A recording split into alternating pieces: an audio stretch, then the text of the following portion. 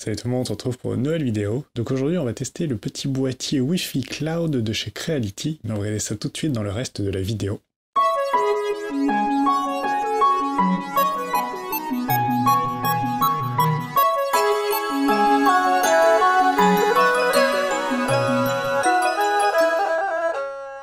Donc comme je le disais, on va tester le petit boîtier Wi-Fi qui permet de contrôler notre imprimante. Donc je dis Wi-Fi parce que c'est la fonctionnalité qu'on utilise principalement, mais on aura un port Ethernet pour pouvoir le brancher en câble si on le souhaite.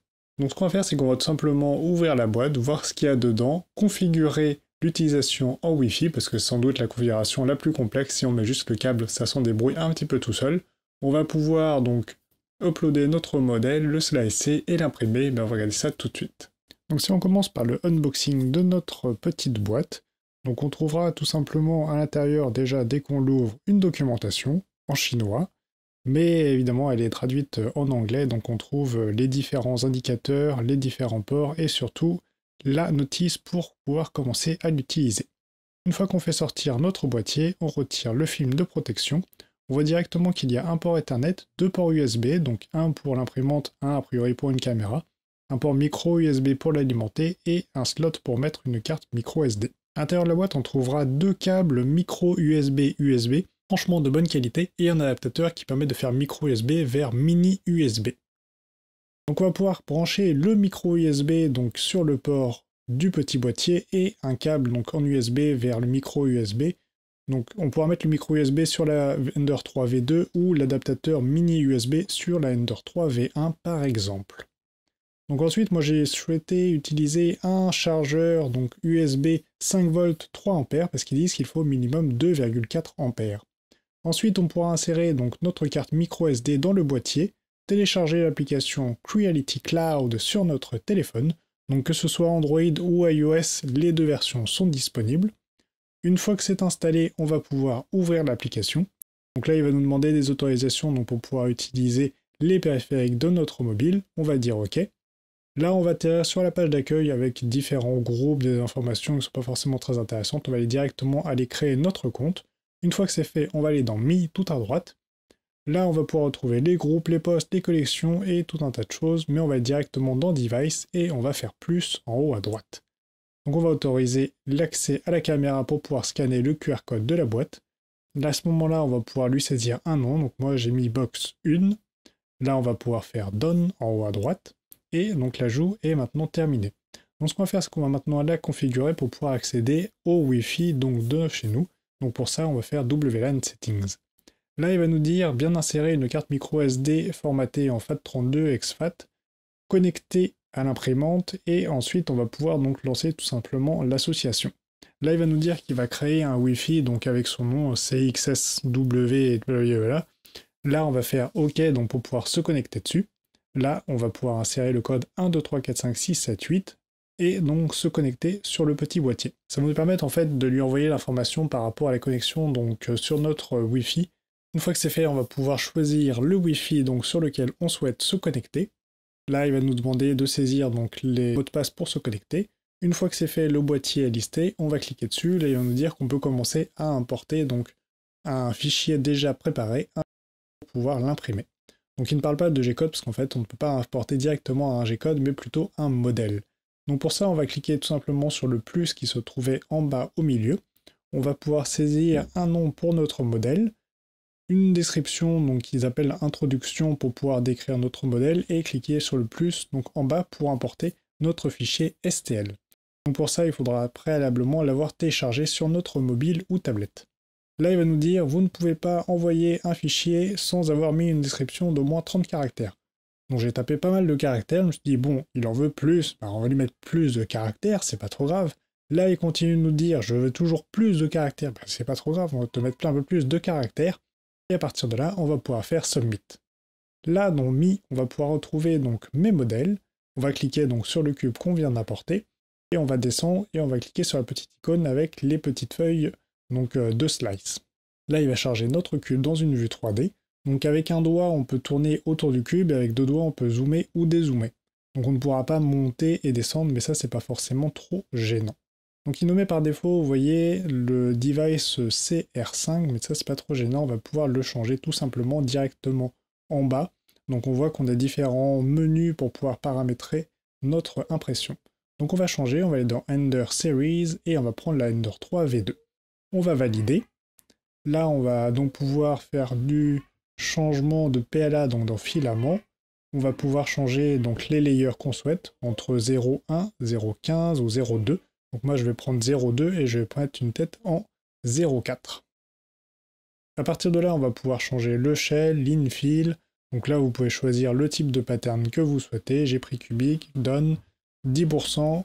Les matériaux, donc on va pouvoir mettre les températures qu'on souhaite. J'ai mis 50 et 200. La vitesse d'impression je mets 80. Ensuite, pour le travel, donc on peut activer la rétractation si on le souhaite ou non. On peut mettre des supports, donc on peut mettre le pattern que l'on souhaite, l'angle à partir de lequel il va commencer à les générer, si on souhaite que ce soit donc directement sur le bed ou sur l'impression. Et enfin, on pourra retrouver tous les paramètres en allant en haut à droite, et là, tout sera listé. Donc là, c'est une vue un petit peu plus à plat qui nous permet d'avoir une vue globale quand même un petit peu plus claire. À partir de là, on va pouvoir cliquer sur Slice. Il nous donne quelques informations comme les dimensions de notre cube, le fichier donc qu'il a généré, le nombre de layers, le temps d'impression, donc l'appareil qu'on a paramétré pour faire l'impression, la Ender 3 V2, et donc tout l'ensemble des autres paramètres qu'on a définis pour notre slicer. Une fois qu'on a terminé, on clique sur Print, on va pouvoir choisir l'appareil, donc la box sur laquelle on souhaite envoyer notre code. Donc on va tout simplement sélectionner notre box numéro 1, et là il va nous dire est-ce que vous avez bien paramétré le bon type d'imprimante sur votre slicing. Donc on va pouvoir mettre que oui, et donc là on se retrouve donc sur la vue de l'imprimante avec tout simplement le modèle en surimpression. Donc là il envoie le fichier donc sur la carte micro SD de l'appareil connecté sur l'imprimante, et il va commencer donc à préchauffer le bed, et ensuite il fera chauffer la tête. Donc si on va dans Nozzle, activer ou non le fan. Si on va dans Nozzle, on peut donc changer la température de préchauffe donc de notre tête. Et enfin, si on retourne dans Hot Head, on peut voir donc qu'on a le préchauffage qui est en cours. Donc on a une petite animation avec ce petit cercle qui tourne autour de la température, qui est franchement visuellement très sympa d'ailleurs. Et donc on n'a plus qu'à attendre donc que notre tête finisse par chauffer à son tour. Et une fois que c'est terminé, on va pouvoir donc voir le nombre de layers qu'on a actuellement imprimé sur le nombre de layers total. Donc on a la durée qu'on a passée et enfin le temps restant qui se trouve à droite. Donc on pourra faire pause ou stop sur notre impression quand on le souhaite. Donc si on retourne pendant ce temps-là sur Me, donc on voit qu'on a donc notre modèle qui est importé. Dans My Prints, on voit donc l'impression qui est en cours. Si on remonte au niveau au-dessus et qu'on va donc dans Mes Slice, là on voit donc celui qu'on a découpé. Et si on va donc en dessous, on peut aller dans Mes filaments. Là, on peut ajouter donc des filaments comme on le souhaite. Donc on met tout simplement un nom et un diamètre, donc entre 1,75 et 2,85. Et enfin, on a le Online Service. Donc on peut contacter a priori pour leur demander des choses, sauf qu'a priori, ça a l'air d'être quand même plutôt en chinois. Donc je pense qu'on peut leur parler en anglais, mais j'ai pas vraiment testé à dire vrai. Ensuite, on a un onglet Messages, où là, on retrouve donc les différentes notifications qu'on pourra avoir sur l'application. Et enfin sur Home, on a donc les modèles proposés par certains. Donc si on va sur celui qu'on a donc nous importé, on peut voir, on peut renommer ou supprimer le fichier. Et si on va dans les trois petits points en haut à droite, on voit qu'on peut faire Unshare, parce qu'en fait le fichier par défaut est partagé. Donc si on retourne maintenant sur le paramètre, on voit qu'il est maintenant en share, donc on peut le partager si on le souhaite. Mais par contre, si on retourne sur la liste des modèles, on va dire public, on voit que notre modèle est disparu. Donc en fait, par défaut, tous les modèles sont partagés, donc il va falloir faire Unshare si vous souhaitez qu'il reste privé et donc uniquement à votre usage à vous. Enfin, sur Home, on a un flux d'actualité où on a toute l'information sur des gens qui ont partagé des photos, donc des documents. Donc ça peut être éventuellement utile pour passer un petit peu le temps pendant votre impression. Donc si on retourne sur les devices, on voit qu'il a continué d'imprimer. Donc là, on a un temps d'impression de 9 minutes et il nous dit qu'il nous reste 13 minutes. Donc par contre, si on arrive un petit peu plus loin, si on avance un petit peu dans la vidéo, on voit que le temps d'impression donc augmente, mais par contre il reste bloqué à 1 minute au bout d'un moment, quand il se dit qu'il ne peut plus trouver donc le temps restant. Donc il reste à 1 minute, et puis en fait, à la fin, il compte de la dernière minute, il va directement de 1 à 0 secondes.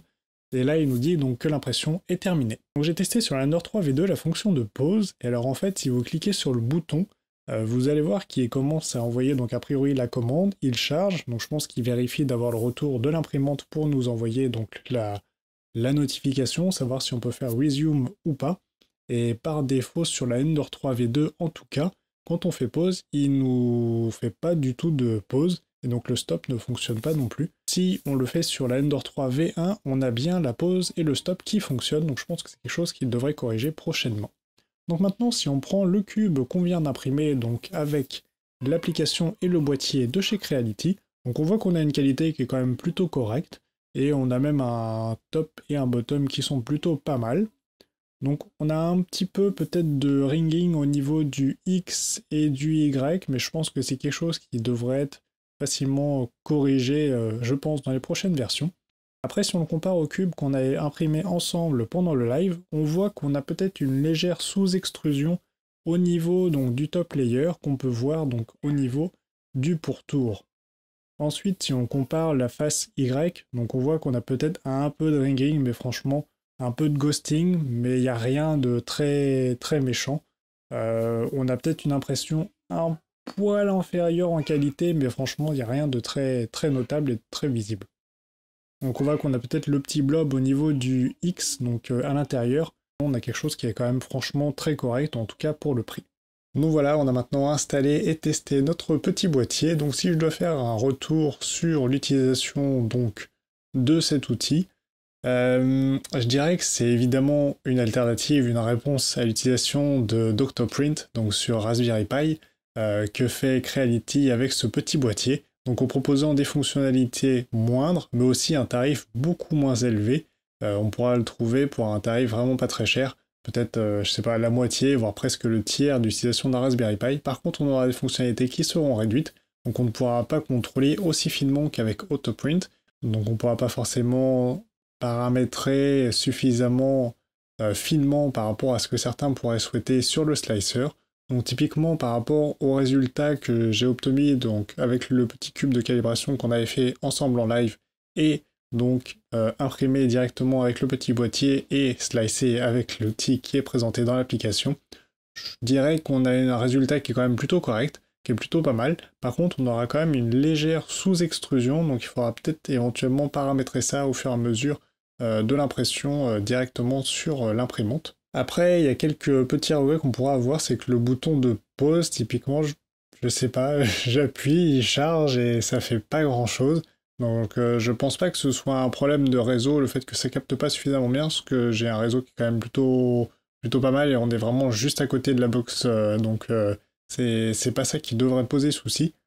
Ensuite, qu'est-ce qu'il pourrait y avoir éventuellement comme reproche? C'est peut-être l'utilisation de la webcam. J'ai mis une Logitech C920 connectée dessus et bah il affiche rien. En fait, je sais pas exactement qu'est-ce qu'il devrait afficher, comment on fait pour ajouter la webcam, comment on l'utilise.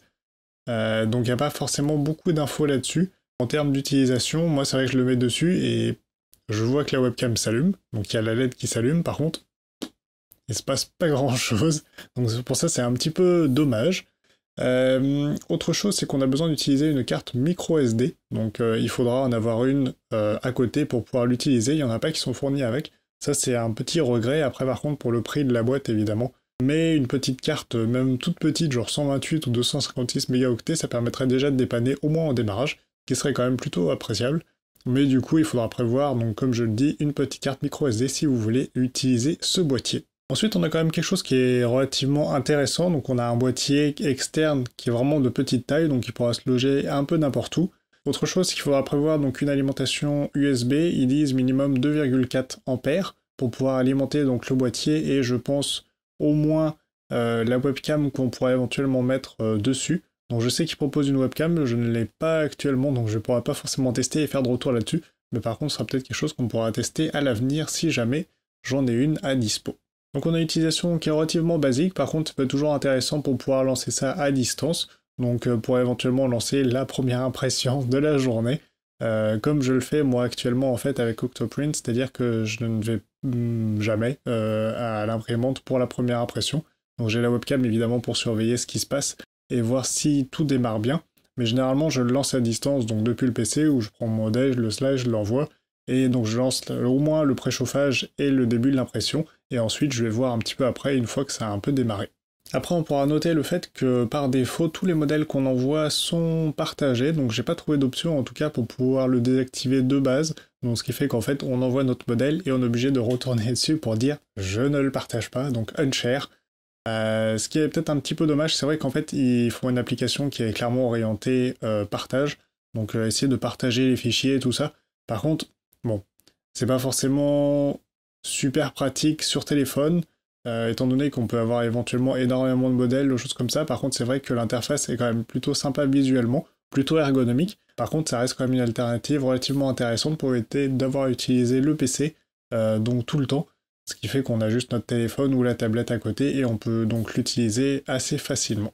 Donc je pense que c'est un boîtier qui est plutôt intéressant. Clairement pour le prix, ça reste des fonctionnalités basiques, mais qui sont quand même celles les plus attendues, en tout cas pour ce type de produits. Donc évidemment, comme je le disais, c'est la réponse de Creality clairement à Octoprint sur Raspberry Pi.